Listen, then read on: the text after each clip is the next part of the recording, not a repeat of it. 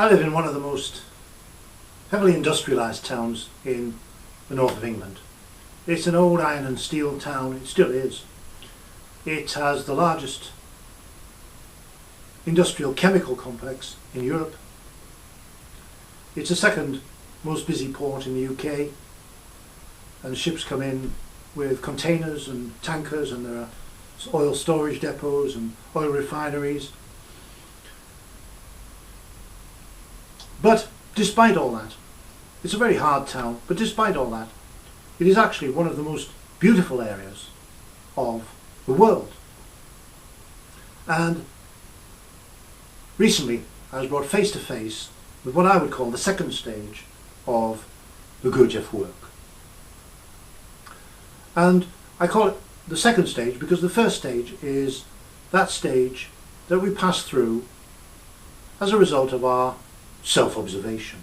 And when we observe ourselves and try to observe ourselves from outside and from inside in an objective fashion, over the course of time, decades even, we start to realise one important thing, one important fact emerges. And that is that human beings have two distinct states.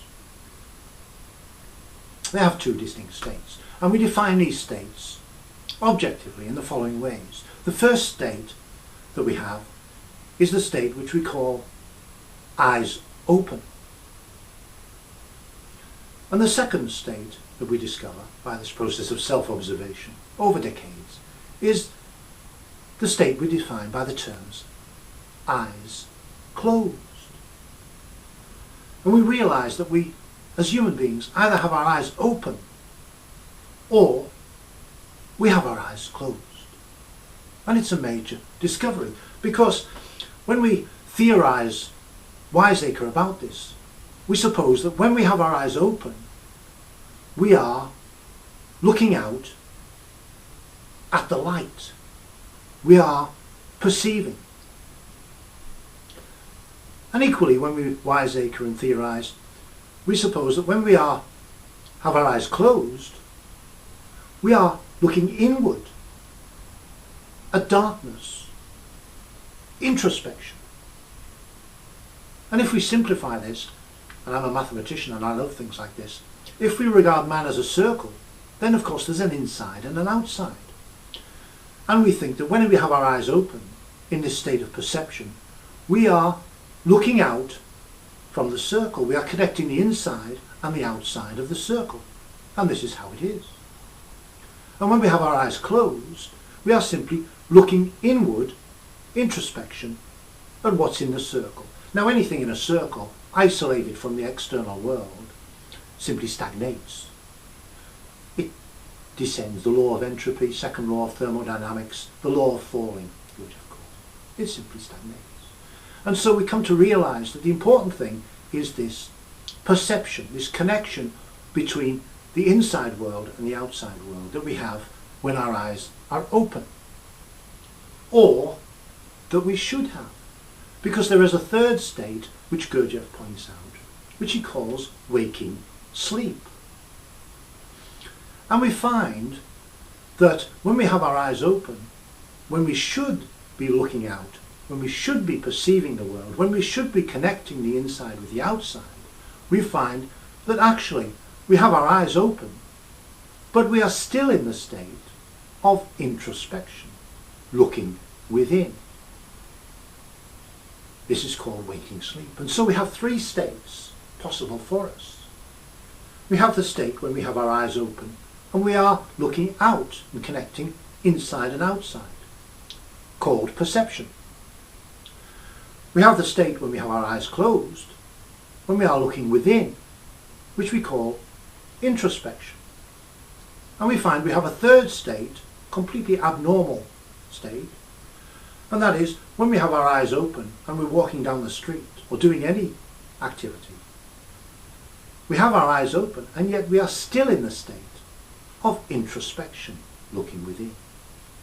And so the first stage of the Gurdjieff work, once we recognise these three distinct states of man, is to make that very, very slight effort to transform this waking sleep where we have our eyes open and yet are still looking within, to transform that waking sleep into perception. That is to say, when we have our eyes open and we are perceiving and connecting with the world around us. And this very slight effort is the first stage of the Gurdjieff work, and we arrive at a state in which, when we have our eyes open, we are actually perceiving the world. We are awake.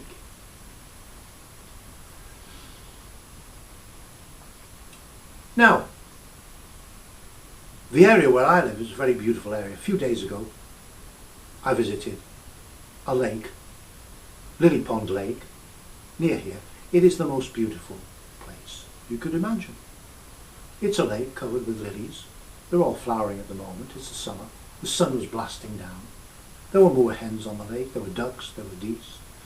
2 herons were flying around us, playing in the sunlight, like ancient pterodactyl dinosaurs. And as I looked at this scene, I became aware, that crystallized in me, if you like, a realization that I'd had for a long, long time, that marks the start of the second stage of the Gurdjieff work. And this realization was, and is, because I was in this most beautiful sight, observing this most beautiful sight. And I thought of T.E. Lawrence, the writings of T.E. Lawrence of Arabia. And he wrote that we are monks in our body's cell. We are monks in our body's cell. And I thought of this because I was perceiving this, the most beautiful place on earth. You'd be hard put to find anywhere more beautiful. And I was appreciating all that beauty. But I realized that I was rather like a prisoner in a cell, a prison cell, looking out at this marvelous scene. That is to say, I was perceiving this beautiful scene, but I was not experiencing it. I was perceiving the scene, the first stage of the Gurdjieff work, but I was not experiencing it. I was as if a monk in a cell, or a prisoner in a cell, looking out, marvelously, able to look out at this most beautiful sight, but there was the perceiver and the perceived, the seer and the seen. I was perceiving the sight. I was not experiencing.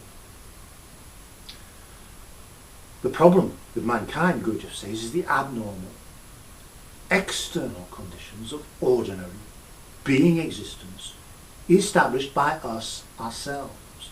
That is to say, our experiences take place, the abnormal, externally to us. We perceive, we can learn to perceive the first stage of the Gurdjieff work. We are the perceiver and there is the perceived, and it's the most beautiful sight that you can imagine. But the next stage of the Gurdjieff work, and I was brought abruptly to face it and to realize it, the next stage of the Gurdjieff work is to transform this perceiver and the perceived from perceiving the world to the state of experiencing the world. As we are, all our experiences are external to us. That is our problem.